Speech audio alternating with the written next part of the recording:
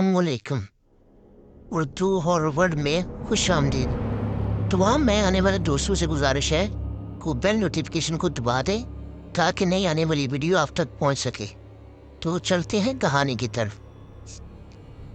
रहमान नवाजी। ये वाक़या मेरे खुद के साथ हुआ था जब मैं, मेरा दोस्त और उसकी फैमिली शेयर के लिए गुजर गए थे।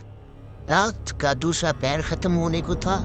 हम दरान से 12-13 घंटे का सफ़र करके अलीबाद पहुँचे, जो कि हंजा का एक पस्कूर पहाड़ों से घिरा हुआ इलाका है। चूँकि हंजा के लोग सिर्फ दिन ही में काम करते हैं और वहाँ सर्दी भी इंतहा की होती है, इसकी वजह से वहाँ बहुत सन्नाटा और दहशत फैली हुई थी। और इसी वजह से हमें कमरा तलाश करने में काफ़ी दुश्वारी हुई। काफ़ी फिरने पर भी हमें होटल पसंद नहीं आ रहा था। देखते देखते हम एक रिजॉर्ट के बाहर पहुंचे, लेकिन सब सो चुके थे। हमने ऊंची आवाज़ें दी तो एक लड़का आया और हमें कमरा दिखाया जो हमें पसंद भी आ गए। सामान रखने के बाद हम अपने अपने कमरों में चले गए। मुझे ऐसा एहसास हुआ जैसे मुझे खिड़की से कोई देख रहा है, लेकिन जब मैंने बाहर देखा तो वहाँ कुछ भी नहीं था। मैंने पर्दे ठीक किए, बाहर खड़ा होकर अपने दोस्त का इंतज़ार करने लगा ताकि हम खाना लाने जा सकें। इसी तरह मुझे एहसास हुआ जैसे कोई मेरे बिल्कुल पास खड़ा है और मुझे देख रहा है। मैंने इधर उधर अच्छी तरह देखा, लेकिन कुछ भी नहीं था। मैंने इसे अपना वहम तस्वर किया और हम खाना लेने के लिए करमबाद चले गए। वापस आकर हमने साथ खाना खाया और जब मैं अपने कमरे में पहुंचा तो देखता हूं कि मेरा सामान जहां रखा गया था वहां नहीं, उनकी जगह तब्दील की जा चुकी है। सामान सलीके से रखा हुआ है। ये काम बेल बॉय का हो सकता है। मैं यही सोच रहा था, अचानक दरवाज़ा खटखटाने की आवाज़ आई। जब मैंने दरवाज़ा खोला तो बाहर इतना सन्नाटा था, अगर सुई भी गिरे तो आवाज़ दे।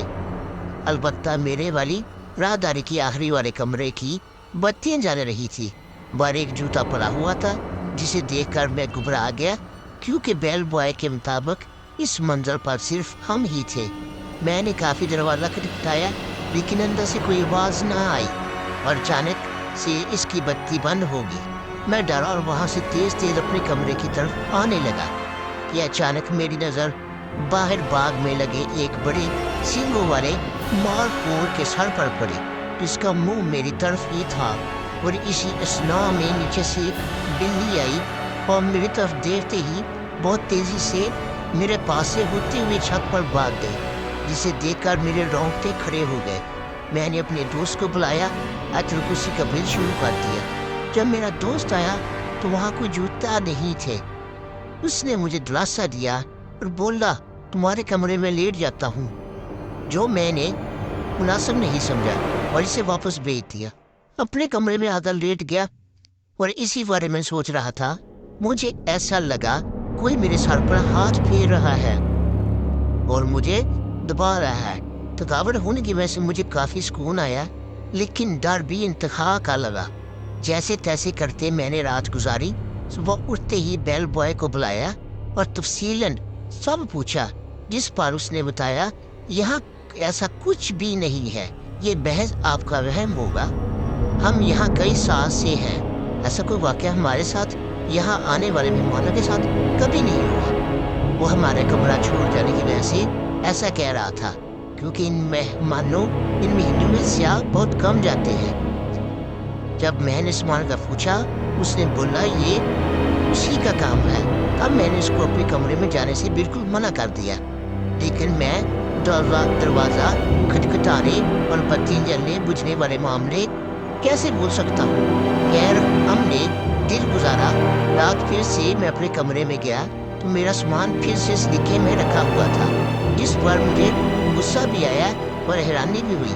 मेरे मना करने के बावजूद बेल बॉय कमरे में क्यों आया? चूँकि रात हो चुकी थी तो सोचा सुबह पूछूंगा। रात भी इसी दरवाज़ा खटखटाया।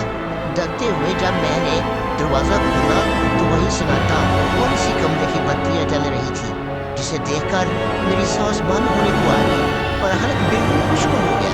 میں نے جلدی سے دروازہ بند کیا، لیکن ایسا احساس ہوا کہ کوئی اندر آیا ہے۔ میں نے آیت الکرسی اور کل پڑھنے شروع کر دیے اور بولا تم جو بھی ہو چلے جاؤ یہاں سے۔ میں سیدھا سے لیٹ گیا اور سونے کی کوشش کرنے لگا، لیکن پھر گزشتہ رات کی طرح مجھے احساس ہوا کوئی میرے بالوں میں کوئی ہاتھ پھیر رہا ہے، مجھے دبا رہا ہے۔ وہ رات مجھے میری آخری رات لگ رہی تھی۔ جب صبح ہوئی میں نے بیل بوائے کو بلایا اور تھوڑا غصہ کیا، میرے منع کرنے کے باوجود وہ میرے کمرے میں کیوں گیا؟ اس نے ٹال ٹول کرنے کی کوشش کی، لیکن میں کافی بزدل تھا۔ تب اس نے بتایا کہ یہاں ایک روحانی مخلوق رہتی ہے جو کہ اس کے مطابق کبھی اس زمین کی مالکن ہوا کرتی تھی، لیکن وہ کسی کو پریشان نہیں کرتی تھی۔ یہ ایک روح ہے، وہ بہت کم عیاں ہوتی ہے، سیاہ نہ ہونے کی وجہ سے اسے ہم سے جھوٹ بولنا پڑتا ہے۔ پھر ہم نے وہاں سے جانے میں ہی بہتری سمجھی، چونکہ روزہ کے لوگ بہت مہمان نواز اور خوش طبیعت ہوتے ہیں، تو میرے خیال میں وہ مہمان نواز روح تھی جو آنے والے شوق کا خیال رکھتی تھی، لیکن کبھی کبھی مجھے وہ وہم بھی لگتا ہے۔ میرے دوستوں، کیسی لگی یہ کہانی؟ کمنٹ سیکشن میں ضرور بتائیے گا۔ تب تک کے لیے اپنا خیال رکھیے، ملتے ہیں ایک نئی کہانی کے ساتھ۔ تب تک اللہ حافظ۔